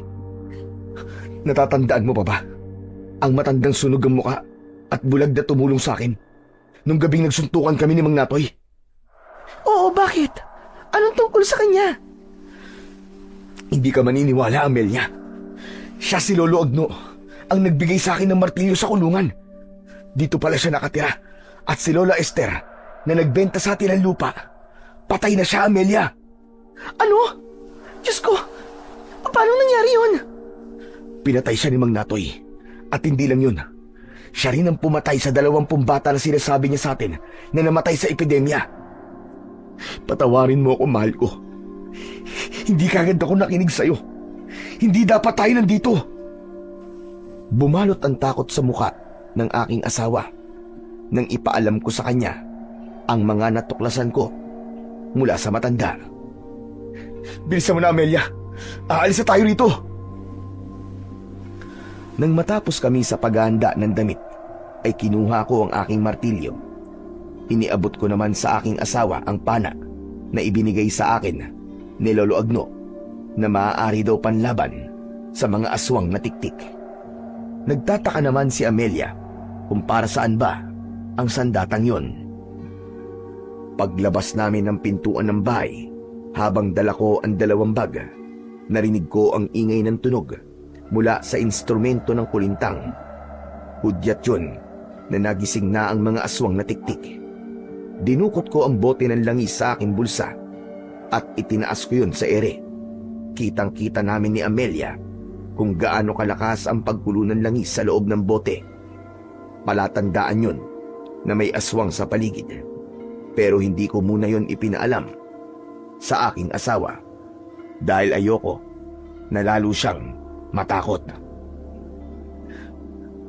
Anak ng putya, mukhang di na tayo makakaalis sa baryong to, Amelia. Ha? Anong ibig mo sabihin? Nasa paligid lamang sila nagbabantay. Binabantayan nila mga kilos natin. Anong gagawin natin, Marco? Takot na ako rito. Wala tayong ibang magagawa kundi ang harapin sila. Hihintayin ko ang pagbabalik nila. Tumingala ako sa bubong ng aming bahay. Ibinaba ko ang dala kong mga bag, saka inalalayan si Amelia na pumasok sa loob ng aming kwarto. Tinignan ko ang bawat sulok ng aming bahay. Dito ka lang sa loob ha? May gagawin lang ako saglit sa labas. Tumango ang aking asawa. Mabilis akong umalis sa kanyang harapan dahil iniiwasan ko ang kanyang pagtatanong. Pagkalabas ko ng bahay ay nagpunta naman ako sa kakawyan at kumuha ng mga sanga ng kahoy na may katamtamang sukat para gagawin kong mga sibat. Dinala ko ang mga yon sa loob ng bahay at inilapag ko sa sahig ang mga yon. Tumingin sa akin si Amelia na kanina pang nagtataka sa mga kinikilos ko. Mahal, tulungan mo ko. May gagawin tayo. Mabilis namang kumilos ang aking asawa. Kahit tirap siya sa pag-iipon ng mga nakuha kong kahoy ay kinaya niya ng walang reklamo. Hindi na niya kinontra ang mga desisyon ko. Gumawa ako ng kulungan para sa aking asawa. Iniligay ko yon sa aming silid para kung sakaling mapasok kami ng mga aswang ay hindi kagad siya masasaktan. Ibinigay ko sa kanya ang langis at panak, habang ako naman ay tinulisan ko ang dulo ng mga kahoy na pinutol ko para gawing sibat.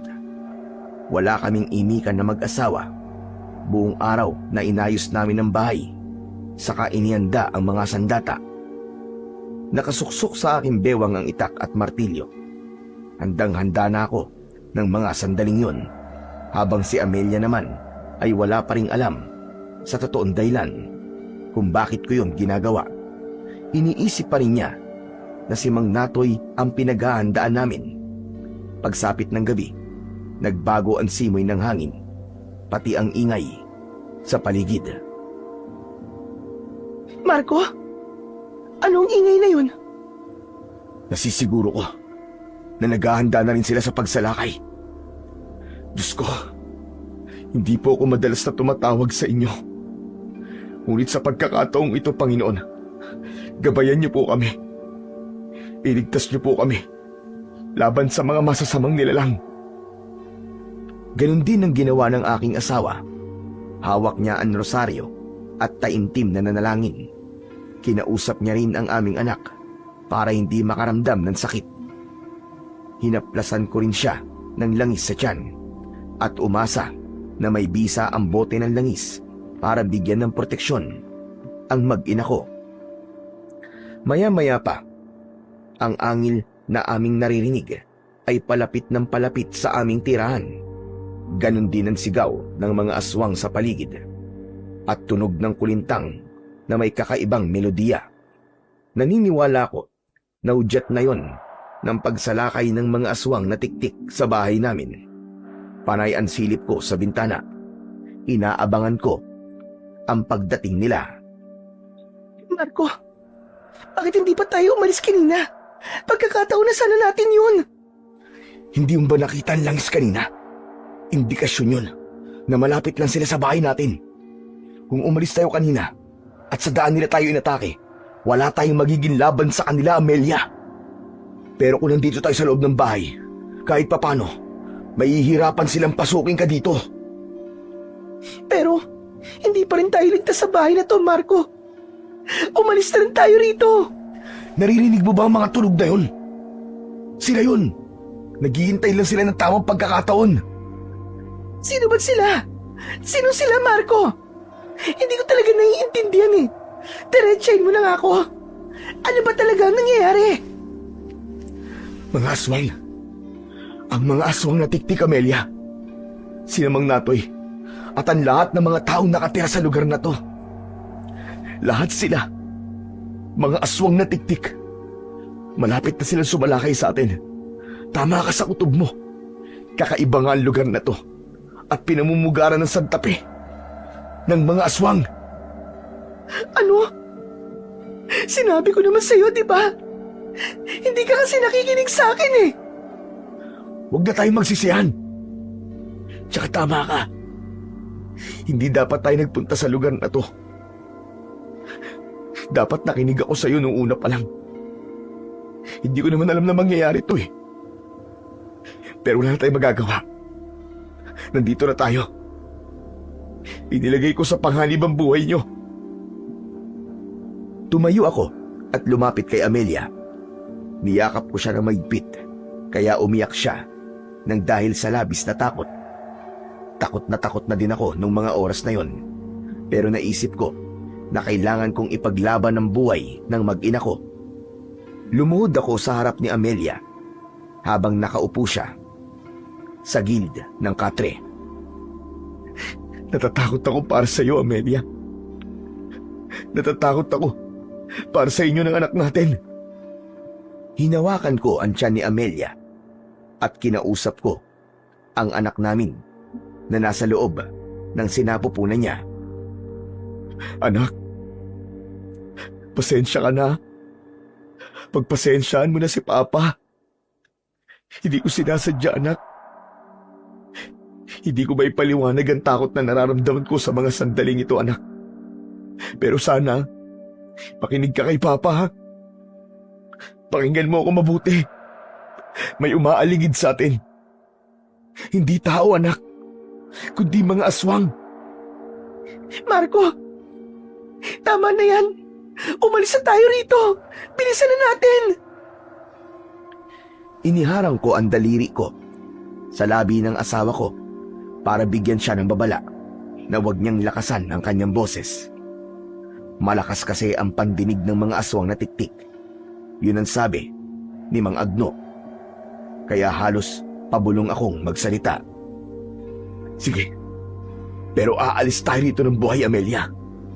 Basta't makinig ka at maniwala ka sa akin. Walang mangyayaring masama sa atin. May awa ang Diyos. Tutulungan niya tayo na makaalis dito ng buhay.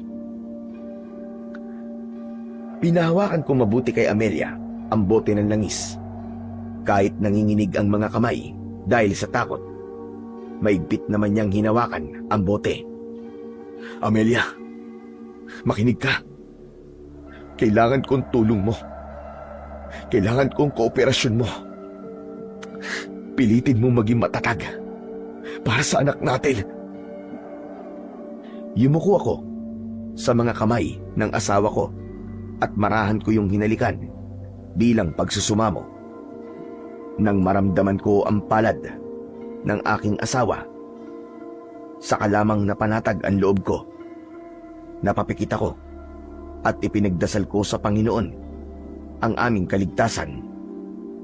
Maya-maya pa, bigla akong napatayo nang marinig ang malakas na alulong ng mga aso sa paligid. Kasunod ng ingay ng pag-angil. Pagsilip ko sa bintana, nakita ko ang pangkat ni Mang Natoy. Kakaiba na ang kanilang mga itsura. Tumayo sila sa harapan ng bakuran namin habang nakahanay. Nakalitaw ang kanilang mga pangil at nakalaylay ang mahahaba nilang mga dila.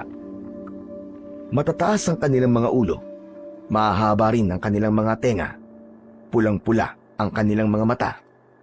Sabay-sabay silang umangil na parang hudyat ng paghahamon nila ng laban. Ngumisi si Mang Natoy na tumutulo pa ang malapot niyang laway. Marco, ang langis! Nakita ko na malakas na kumukulo ang langis sa loob ng bote na hawak ni Amelia. Muli kong ibinaling ang aking paningin sa labas ng aming bahay. Lahat sila ay nakapalibot sa bakuran namin habang tumutulo ang kanilang laway na parabang gutom na mga mababangis na hayop. May mga umakyat sa puno papunta sa bubong ng bahay namin. Kaya naman, maigpit na hinawakan ni Amelia ang pana. Tumingala siya sa bubong at itinutok niya yon sa itaas. Kumaluskos ang bubong na parabang sinisira ayon. Ako naman ay inilabas ko ang martilyo habang nananatili sa aking bewang ang itak. Pareho kaming nagulat ni Amelia nang masira ng isang aswang na tiktik ang bubong ng bahay namin. Ngunit matapang na pinana yun ni Amelia. Tinamaan ang aswang sa muka, dahilan para mahulog siya sa lupa, habang ako naman ay hinarap ang aswang na dumaan sa bintana. Pinalo ko siya ng martilyo sa ulo kaya nagulat ako nang biglang masunog ang katawan ng aswang. Totoo nga, may kakayahan nga ang martilyo na pumatay ng mga aswang. Isa nga tong agimat. Dahil sa sandatang yon, nawala ang pag-aalala ko. Lahat ng pumasok sa aming bahay ay minartilyo ko ang ulo. Muli kong isinuksok ang martilyo sa aking bewang at itak naman ang ginamit ko. Dahil marami na ang umatake sa amin, bawat wasiwas ko sa ere ng itak ay tinatamaan ko sila ng taga.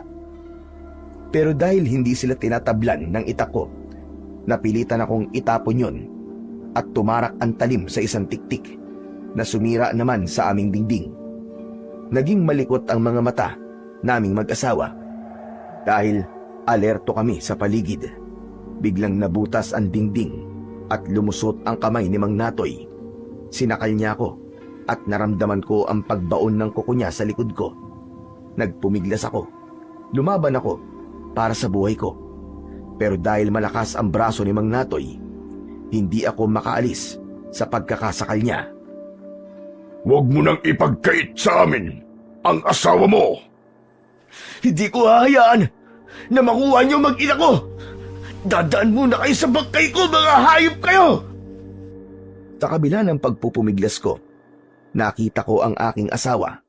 Itinutok ni Amelia ang pana sa braso ni Mang Natoy na nakasakal pa rin sa aking leeg. At nang tamaan ng aswang sa braso, natanggal ang pagkakasakal ni Mang Natoy sa aking leeg. Sako naman siya hinampas ng martilyo, pero nakailag siya. Lumayo si Mang Natoy at pumalit ang iba niyang mga kasama. Nagulat kami nang lumitaw sa harapan namin si Kiko, ang batang aswang. Sinugod niya ang asawa ko, kaya agad ko siyang pinukpok ng martilyo sa ulo. Isang palo lang ang ginawa ko at nasunog na siya kagad. At naging abo. Nakita naman yun ni Mang Natoy. Hindi! Ang anak ko! Pinatay mo ang anak ko! Kulang pa yan sa mga buhay na kinuha nyo! Mga demonyo kayo! At dahil meron na namang nakapasok na mga aswang sa loob ng bahay namin, ginamit ko ang lahat ng mga natutunan ko sa kulungan kung paano makipaglaban. Umikot ako at pinalo ng pinalo ang ulo ng mga tiktik hanggang sa madurog ang kanilang ulo.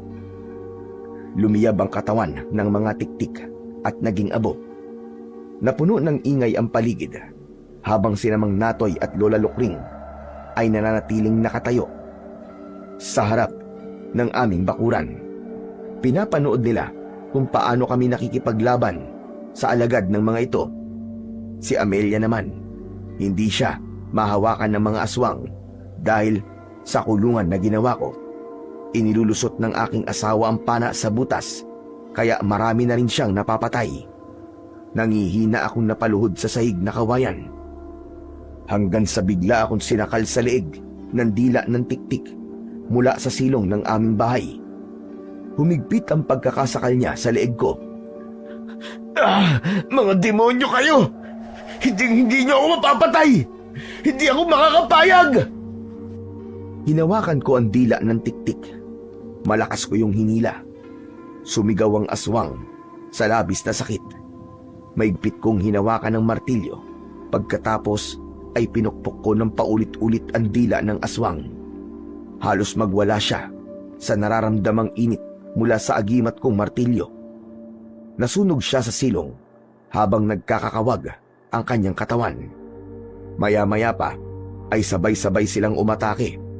Dinampot ko naman ang mga sibat at isa-isa ko silang hinagisa ng sibat. Tumama ang lahat ng pag-atake ko sa kanilang dibdib. Bumagsak sila sa lupa. Habang hawak ang sibat, napilit nilang tinatanggal sa pagkakabaon sa kanilang katawan. Sinulyapan ko si Amelia na abala pa rin sa pagpana sa mga aswang na nasa bubong. Amelia! Mag-iingat ka! Huwag mo akong alalahanin, Marco. Sinisiguro ko na mapapatay silang lahat.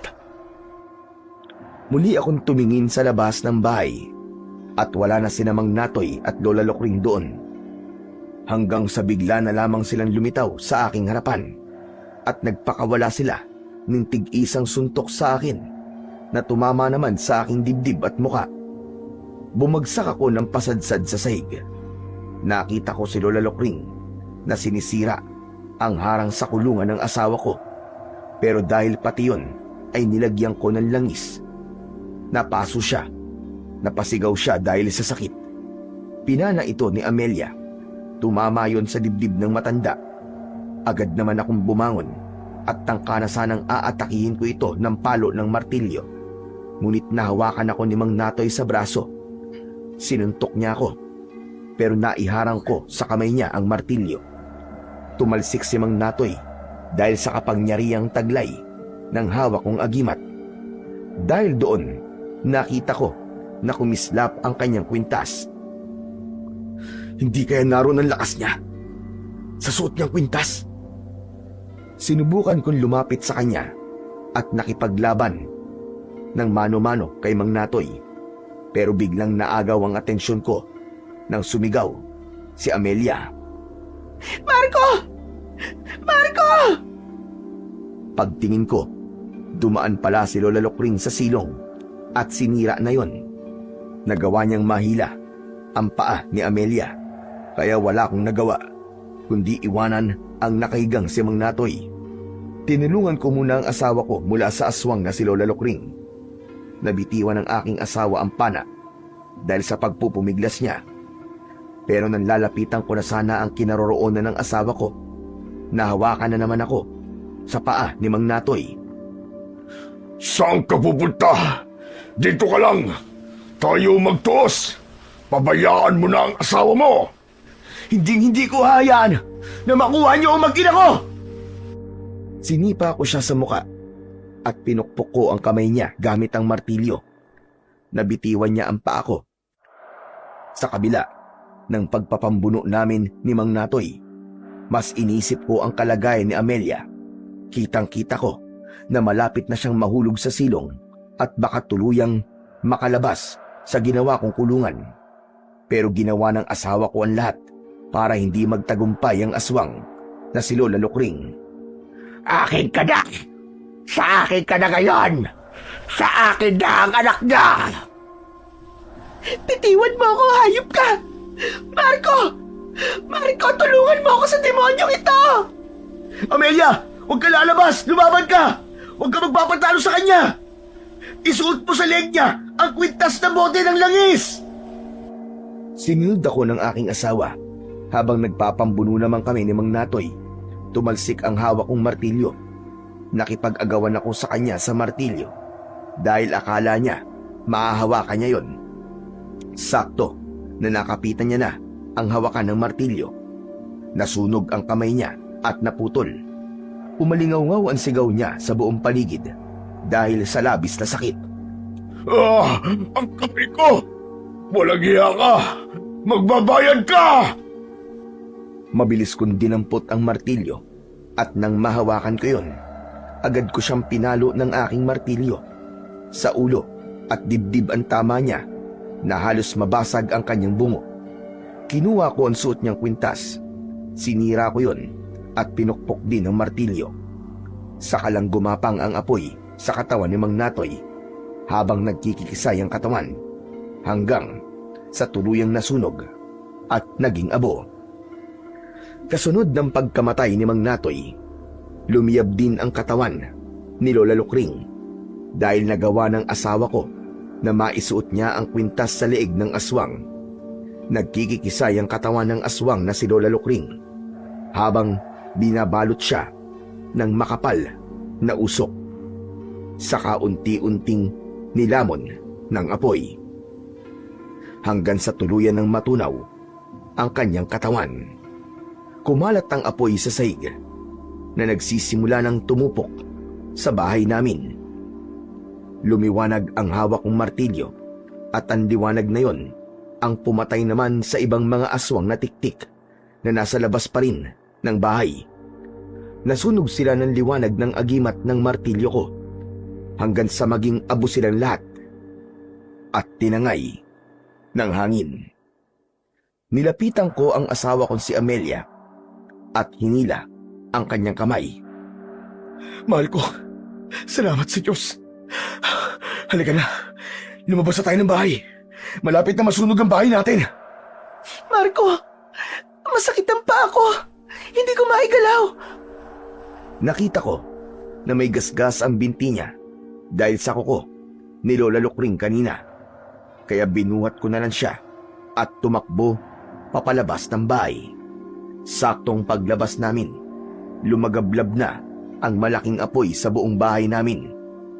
Ibinaba ko ang aking asawa sa lupa at inalalayan ko siyang maglakad palabas ng bakuran. Tinanaw ko na lang ang bahay na unti-unti nang tinutupok ng apoy. Mahal, tiisin mo muna ang sakit ha. Kailangan na nating umalis dito. Hila ko ang kamay ng aking asawa at lumabas kami ng bakuran habang ang alipato mula sa nasusunog naming bahay ay nagsimulang kumalat sa hangin. Inakala ko na napatay na namin ng mga aswang, pero nagulat kami sa biglang paglitaw ng isang tiktik. Mukha siyang paniki na pasuray-suray sa paglalakad papalapit sa aming kinaroroonan, pero biglang lumitaw sa likod ng aswang si Lolo Agno. Binuhusan niya ng langis ang ulo nito. Mula sa aming harapan ay nasunog ang katawan ng aswang. Sige na, makakalis na kayo. At wag na kayong babalik pa sa baryong ito. Opo, makakaasa po kayo na yun po ang gagawin namin. Lolo Agno, maraming salamat po sa lahat ng tulong nyo. Utang ko po sa inyo ang buhay naming pamilya. Sino siya, Marco? Sino siya? Siya si Lolo Agno, ang nakasama ko sa kulungan at may-ari ng martilyo may agimat. Sa'yo na ang martilyo ni El Marco. Ibinigay ko na yan sa'yo. Sige na, ligtas na kayo. Kaya maaari na kayong umalis. Bumalik na kayo kung saan man kayo nanggaling. Mabilis naming tinaak ang daan palabas ng baryo ng Santa Fe. Sa isang tahimik na paligid ay nakahinga kami ng maluwag. Natakasan na namin ang impyernong lugar na yon. Ganun na lamang ang pasasalamat namin sa Poong May Kapal. Hanggang sa inabutan na nga kami ng pagliwanag sa daan. Madumi ang aming damit. May mga sugat sa katawan at walang sapin ang aming mga paa. Ngunit kahit ganon, nagkaroon ako ng kapanatagan dahil alam naming ligtas na kami. Marco, paano tayo sasakay ng bus pabalik ng Batangas? Huwag kang mag-alala, mahal ko. Palagi nagpapadala ang Diyos ng mga taong may mabubuting kalooban para tayo ay tulungan. Nakangiti ako ng mga oras na yon dahil muling bumalik ang pagtitiwala ko sa Diyos. Palagi kong aalalahanin ang mga nangyari sa amin upang maalala ko kung paanong naging mabuti sa amin ang Panginoon.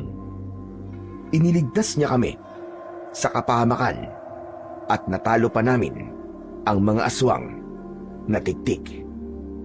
Tahimik kaming naglakad hanggang sa makarating kami sa gilid ng daan kung saan kami ibinaba ng lalaking naghatid sa amin sa lugar na yon. Hindi nga nagtagal, biglang tumigil sa tapat namin ang isang lalaking nakasakay sa kalabaw. Teka, mahal, tignan mo. Hindi ba't siya rin yung sinakyan natin na magpunta tayo rito? O diba sabi ko sa iyo eh. Ipinadala siya ng Diyos sa atin para tulungan tayo, mahal. Pagtingin namin sa mukha ng lalaki, ay nakangiti siyang nakatingin din sa amin. Sinabi niya na dumaan daw muna kami sa bahay niya para makapagpalit ng damit. Dahil doon, nagkaroon kami ng pagkakataon para maikwento sa kanya ang mga nangyari sa amin. Nakilala namin ang lalaki sa pangalang Mang Rodel. Nang makarating kami sa bahay ni Mang Rodel, inasikaso niya kami ng gusto. Ginamot ang mga sugat namin. Binigyan kami ng sapin sa paa at pera na pamasahe, kalakip ang isang numero ng kanyang telepono sa Batangas. Maraming salamat po sa kabutihan niyo, Mang Rodel. Tatanawin po namin ito na isang malaking utang na loob. Nakangiting tumango sa akin si Mang Rodel at inihatid kami hanggang sa sakayan ng bus. Hindi nga po nagtagal ay nakauwi na kami sa Batangas. Natanggap na kami ng aming mga magulang nang malaman nila kung paano akong nakipaglaban sa mga aswang para lamang protektahan ang aking mag-ina.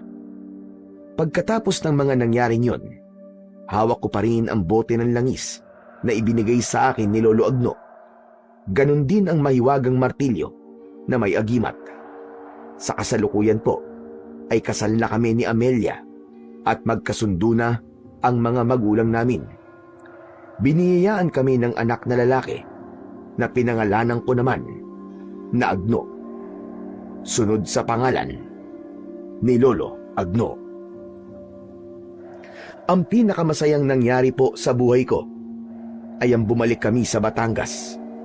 Nagkita ulit kami ni Mang Rodel at natuklasan ko na isa pala siyang mayaman na nagmamay-ari ng isang malaking kumpanya ng patahian sa Batangas. Binigyan niya po ako ng trabaho bilang isang supervisor sa kanyang kumpanya. Bagay daw yun sa akin para matakot daw sa akin ang mga pasaway niyang empleyado.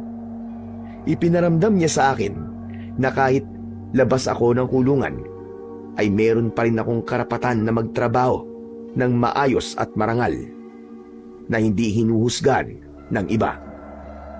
Kaya naman, sinuklian ko ng kabutihan ang mahalagang tulong na yon sa akin ni Mang Rodel.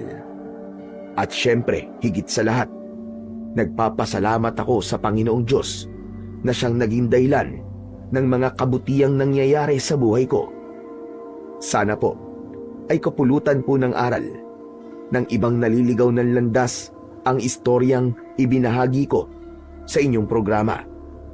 Gagamitin ko rin po itong pagkakataon upang masabi sa taong napatay ko na kahit wala na siya sa mundong ito, sana malaman niya at marinig niya saan man siya naroroon na lubos po akong nagsisisi sa mga nagawa kong kasalanan at habang buhay ko pong pagbabayaran yon sa paraan ng paggawa ko ng kabutihan at pagtulong sa aking kapwa. At muli, marami pong salamat sa pagbabasa. Sana po ay marami pa pong magpadala ng kwento sa inyong programa. Lubos pong nagpapasalamat, Marco. Magandang araw po sa inyong lahat.